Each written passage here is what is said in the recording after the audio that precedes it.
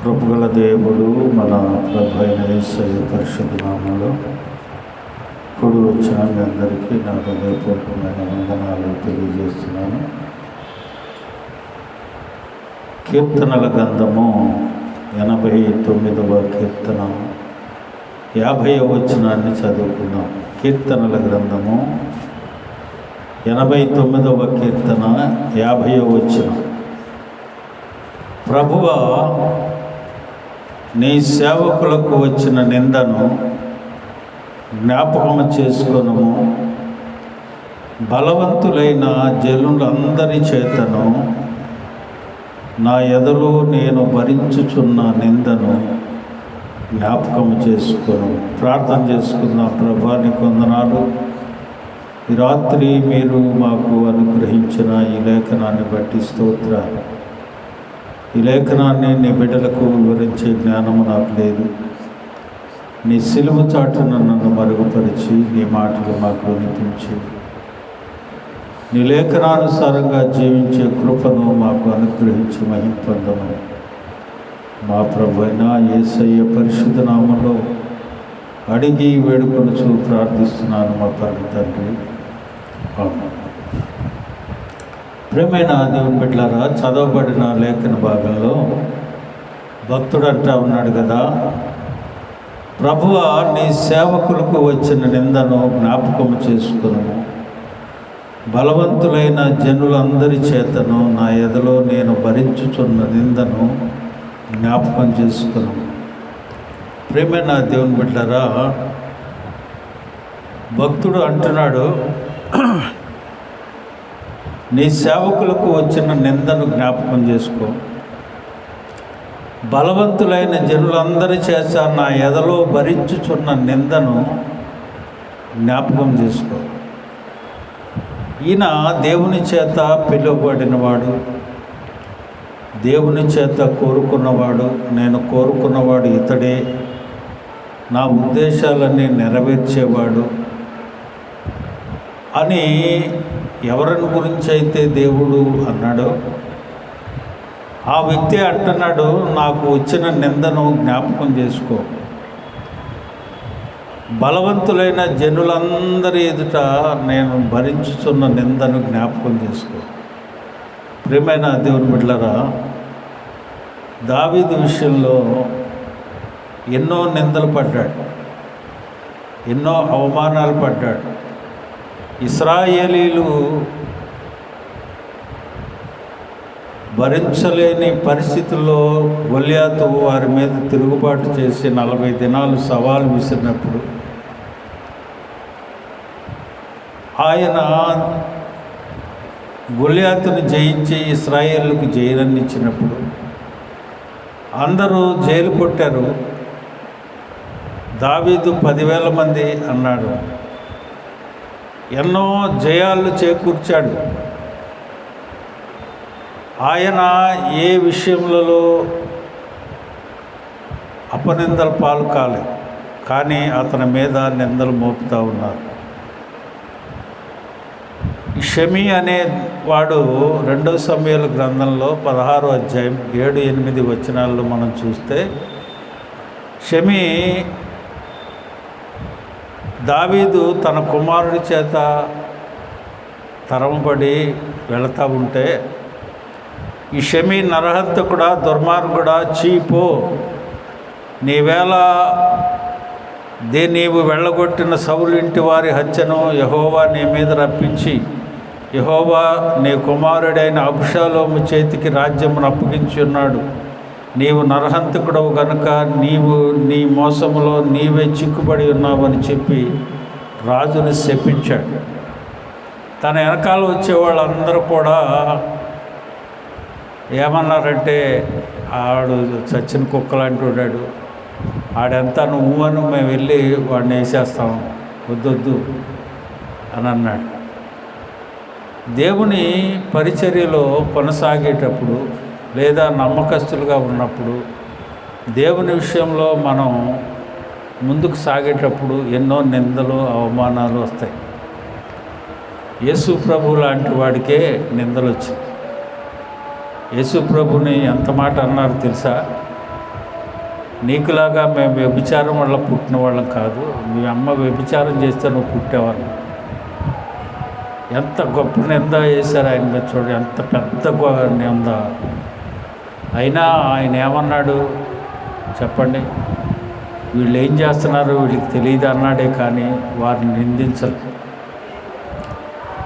ప్రియమైన దేవుని బిడ్డలారా, మనం ఒకానొకప్పుడు పాప జీవితంలో ఉన్నప్పుడు మన పాత జీవితాన్ని చూసిన వ్యక్తులు ఎన్నో నిందలు మన మీద మోపుతారు.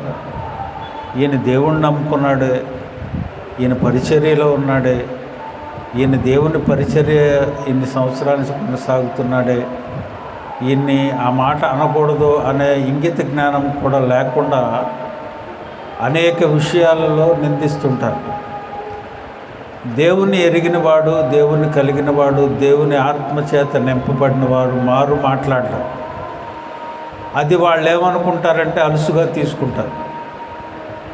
దేవుని ప్రేమ బట్టి మారు మాట్లాడకుండా మూర్ఖ చిత్తులతో వ్యాజ్యమాడకూడదు. అందుకని మనం తగ్గించుకున్నంత మాత్రం చేత మనమేమీ తగ్గిపోము, దేవుని ఆత్మచేత నింపబడతాం. పేతురు గారు అంటాడు ఒక మాట చూడండి,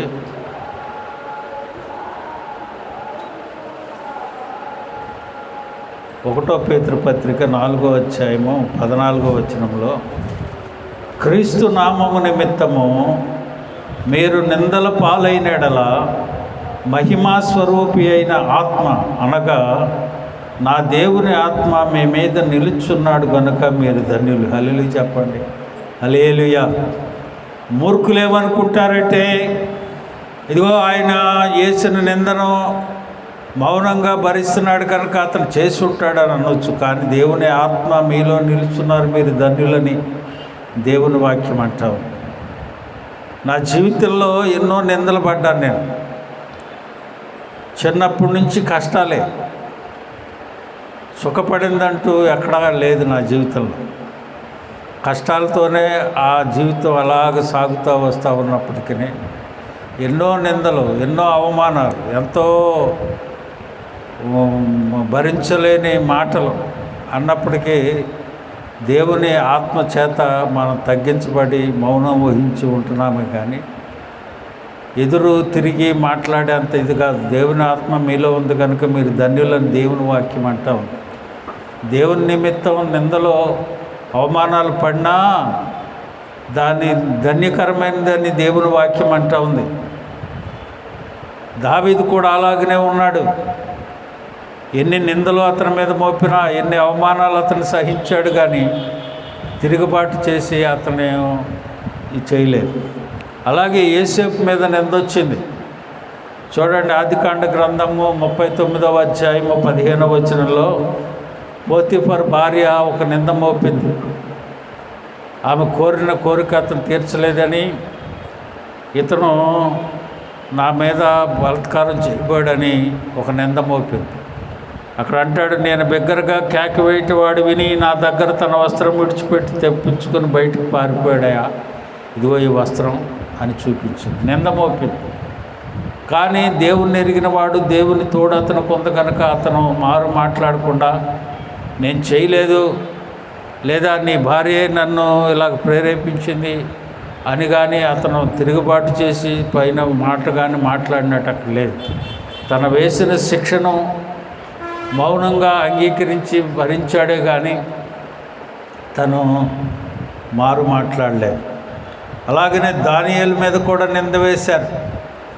ఏమంటున్నారు? దానియేలు గ్రంథం 6వ అధ్యాయం 11వ వచనంలో, ఆ మనుషులు గుమికూడి వచ్చి దానియేలు దేవునికి ప్రార్థన చేయుటయు ఆయనను బతిమాలుకొనుటే మేము చూసాం.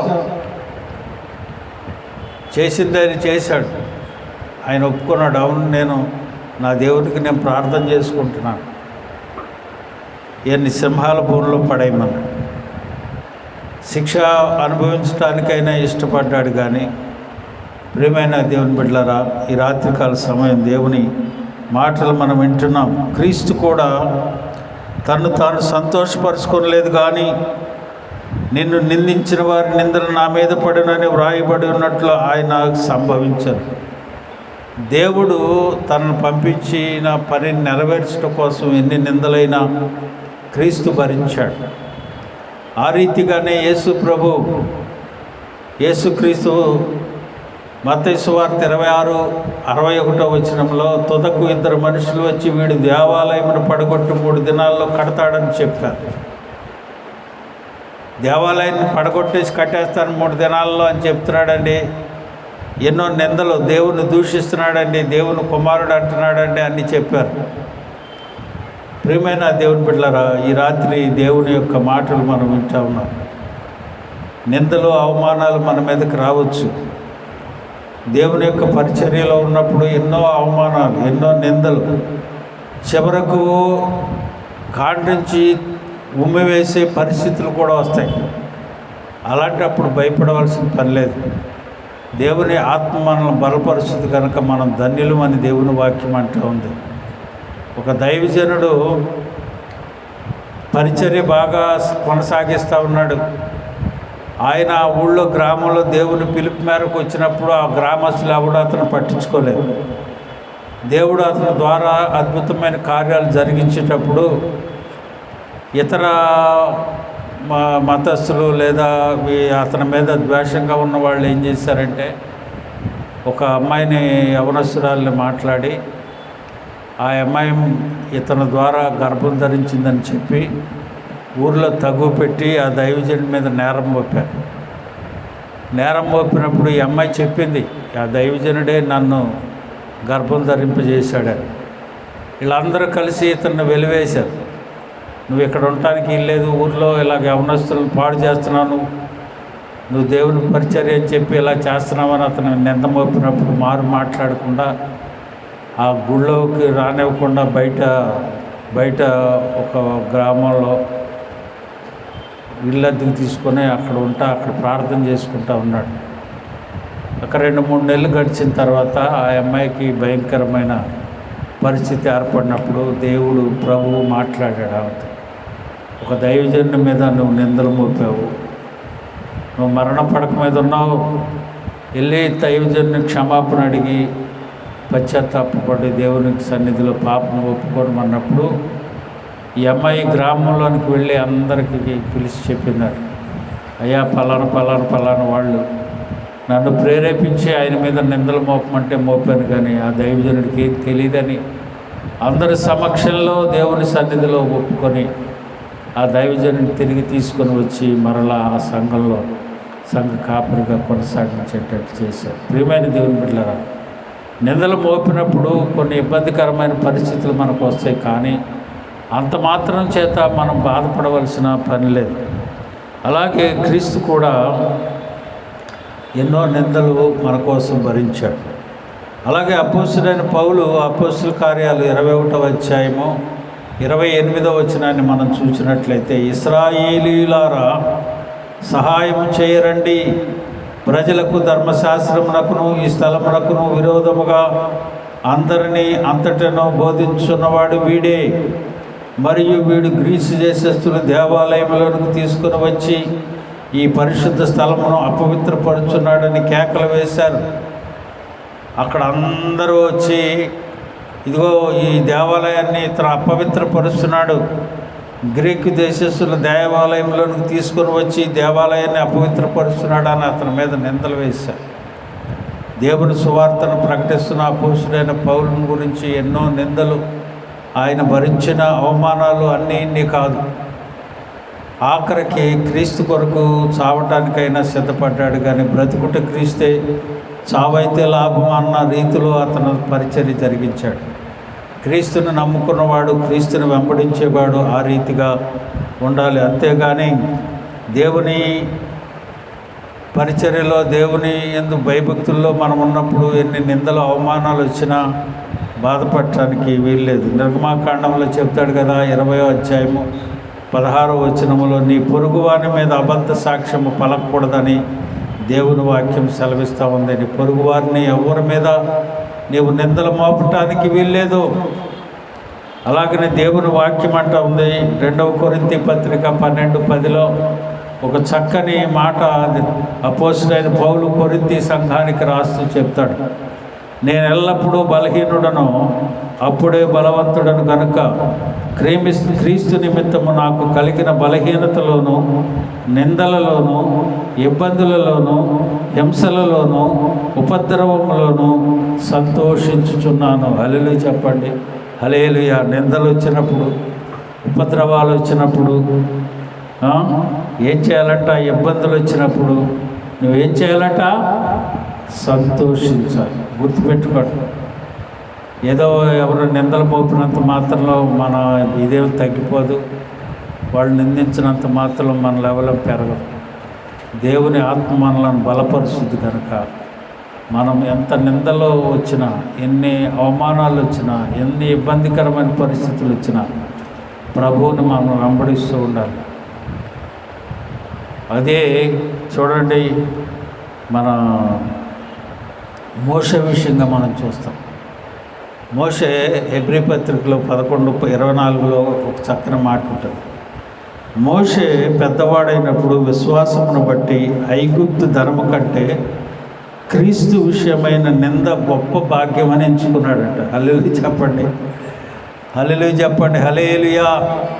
క్రీస్తు విషయమైన నింద గొప్ప భాగ్యమని ఎంచుకున్నాడట. ఆ రీతిగా నువ్వు ఉండగలగాలి. నిన్ను ద్వేషించేవారిని, దూషించేవారిని, నిందించేవారిని నువ్వు ప్రేమించాలే కానీ నువ్వు కృంగిపోయి ఉండకూడదు. అందుకని భక్తుడు అంటున్నాడు, ప్రభా నీ సేవకులకు వచ్చిన నిందను జ్ఞాపకం చేసుకో. బలవంతులైన జనుల చేత నా ఎదలో నింద భరించుచున్న నిందను జ్ఞాపకం చేసుకో. ప్రభు జ్ఞాపకం చేసుకుంటాడు తప్పక. ఆ నిందలు, అవమానాలు కొట్టివేస్తాడు. హల్లెలూయా చెప్పండి. నిన్ను సంతోషపరుస్తాడు దేవుడు.